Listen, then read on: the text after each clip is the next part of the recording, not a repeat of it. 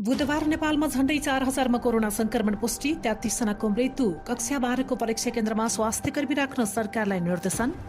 कांग्रेस क्रियाशील सदस्यताका बाँकी विवाद टुङ्ग्याउने जिम्मा छानबिन समितिलाई नै। सरकारमा सहभागी हुन माधव नेपाललाई 22 सांसदको दबाव।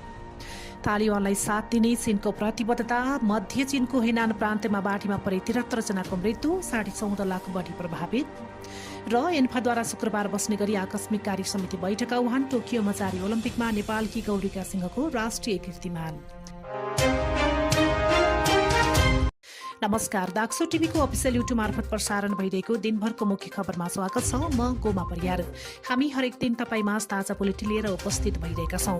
हाम्रो ताजा बुलेटिन सुन्न र हेर्नको लागि दाक्सो टिभीको अफिसियल युट्युब च्यानललाई सब्स्क्राइब गरी बेल आइकन थिच्न नबिर्सनुहोला।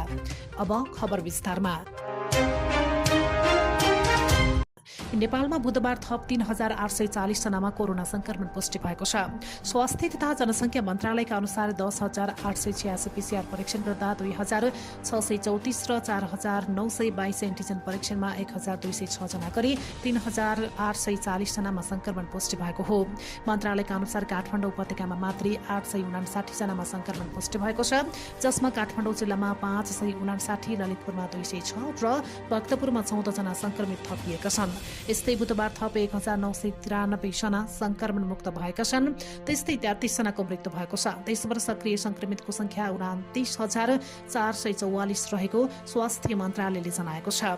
यसैबीच नेपाल लगायत कोरोनासँग जुधिरहेका देशहरूलाई तत्काल खोप उपलब्ध गराउन एमनेस्टी इन्टरनेशनल अभिनेता माइकल पेनिलले बेलायती सरकारलाई आग्रह गरेका छन्। विनाशकारी स्वास्थ्य संकटसँग जुधिरहेका बेला जुनसुकै ठाउँका भए पनि सबैभन्दा जोखिममा रहेकाहरूको जीवन बचाउन खोप सुनिश्चित गर्नका लागि तत्काल पुनः वितरण गर्न आह्वान गरिएको छ।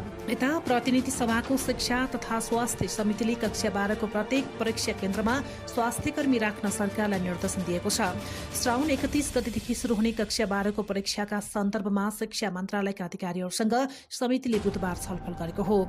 समिति सभापति जयपुरी घरतीले कोरोना संक्रमणलाई ध्यानमा राखेर सबै परीक्षा केन्द्रमा स्वास्थ्य मापदण्ड अपनाउन र स्वास्थ्यकर्मी राख्न निर्देशन दिनुभएको छ। शिक्षा तथा स्वास्थ्य समितिले परीक्षा दिनअघि कोरोना परीक्षण गर्न र कोरोना संक्रमण भई परीक्षा दिन नसक्ने भई दोस्रो चरणमा दिन पाउने व्यवस्था मिलाउन समेत सरकारलाई निर्देशन दिएको छ। कक्षा 12को परीक्षा श्रावण 31 गतेदेखि शुरू हुँदैछ।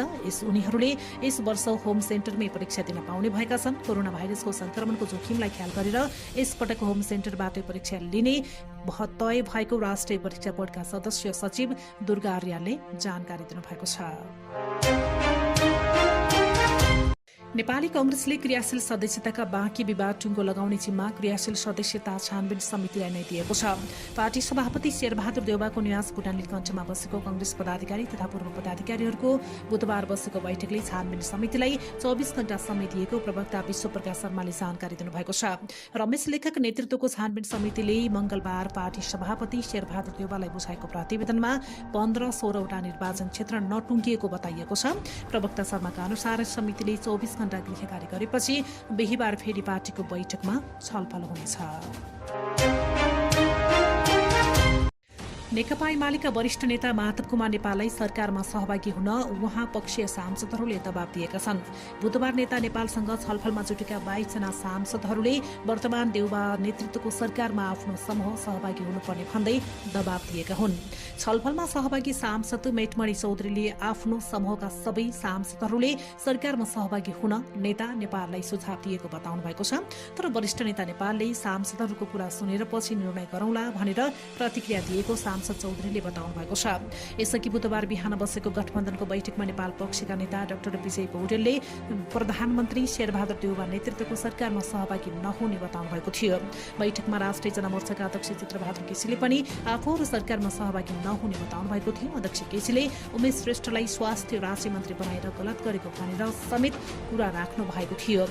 प्रधानमन्त्री देउवाले उमेश श्रेष्ठलाई स्वास्थ्य राज्य मन्त्री बनाएकोमा गल्ती स्वीकार गर्नु भएको छ। अबदेखि गठबन्धनमा सल्लाह नगरी कसैलाई पनि मन्त्री नबनाउने देउवाले प्रतिबद्धता समेत जनाउनु भएको छ। बैठकमा सहभागी नेकपा माओवादी केन्द्रका अध्यक्ष पुष्पकमल दाहाल प्रचण्ड र जसपा अध्यक्ष उपेन्द्र यादवले भने सरकारमा सहभागी हुनेहरूको नामावली छिट्टै उपलब्ध गराउने बताउनु भएको थियो।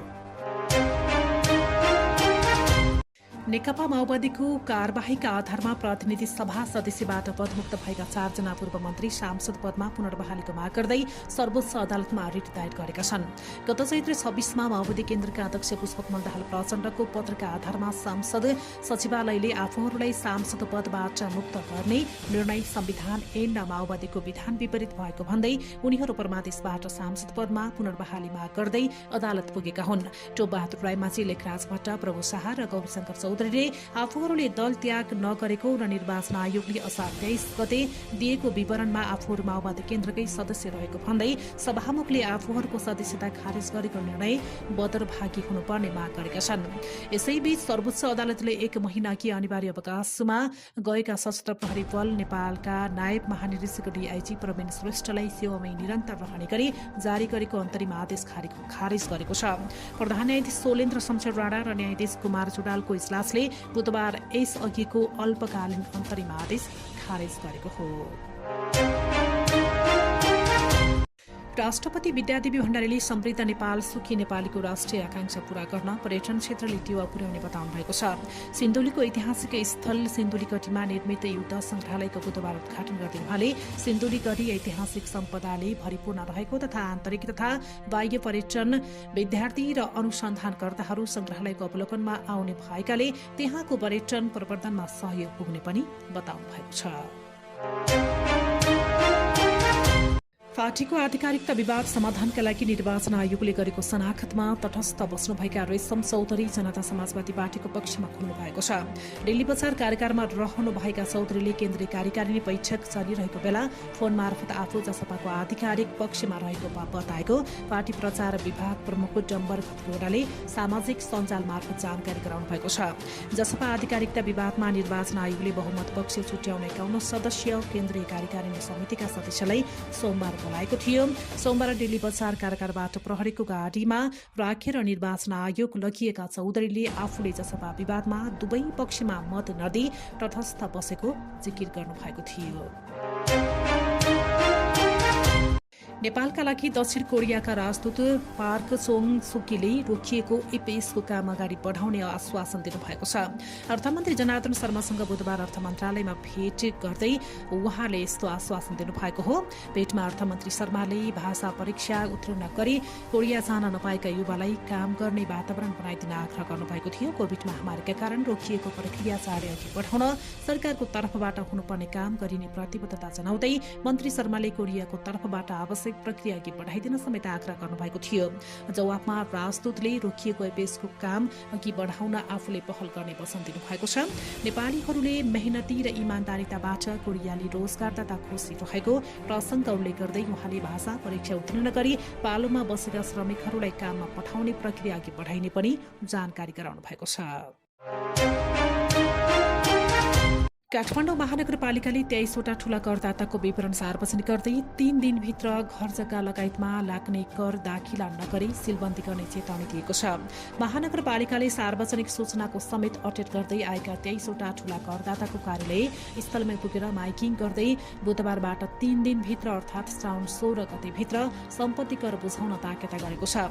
उनीहरूबाट करिब 70 करोड कर असुली गर्न बाँकी रहेको अनुमान गरिएको छ। तोकिएको समयभित्र पनि अटेट गरेर कर ती करदाताहरूको व्यवसायमा तालाबन्दी गर्ने, सम्पत्ति रोक्का गर्ने सहितको कड़ा कारबाही गर्ने काठमाडौँ महानगरपालिकाको राजस्व विभागका विभागीय प्रमुख डाक्टर शिवराज अधिकारीले बताउनु भएको छ। गुल्मीको मुसिकोट नगरपालिका 4 दोभानमा जीव दुर्घटना हुँदा 3 जनाको मृत्यु भएको छ भने 7 जना घाइते भएका छन्। चन्द्रकोट गाउँपालिकाको शान्तिपुरबाट तमघासका लागि छुटेको लु 1J4559 नम्बरको जीव बुधबार दोभानमा दुर्घटना हुँदा 3 जनाको घटनास्थलमा मृत्यु भएको प्रहरीले जनाएको छ। मृत्यु हुनेमा चन्द्रकोट गाउँपालिका 4 का तेजेन्द्र थापा, वडा नम्बर 5 हरिवाका रेशम कार्की सहित 1 महिला रहेका छन्। घाइते मध्ये 1 जनाको अवस्था गम्भीर रहेको जिल्ला प्रहरी कार्यालय गुल्मीका प्रहरी नायब उपरीक्षक पुरुषोत्तम पाण्डेले जानकारी दिनुभएको छ। उनीहरूलाई उपचारका लागि जिल्ला अस्पताल तमघास लगिएको छ। नेपाल दूरसञ्चार प्राधिकरणले 5G प्रयोग गर्न पाउने प्रावधानसहित कार्यविधि पारित गरेको छ। केही दिन अगाडि बसेको प्राधिकरण बोर्डले 5G लगायत नयाँ प्रविधिको परीक्षण सम्बन्धी कार्यविधि 2078 पारित गरेको हो। कार्यविधि पारित भएसँगै नेपालमा 5G सञ्चालनको बाटो खुलेको छ। नेपाल दूरसञ्चार प्राधिकरणका अध्यक्ष पुरुषोत्तम खनालले 5G परीक्षणका लागि कार्यविधि तयार भएको बताउनु भएको छ। उहाँका अनुसार उक्त कार्यविधि तयार भएसँगै अब सबै सेवा प्रदायकले परीक्षणका लागि आवेदन दिन सक्ने भएका छन्।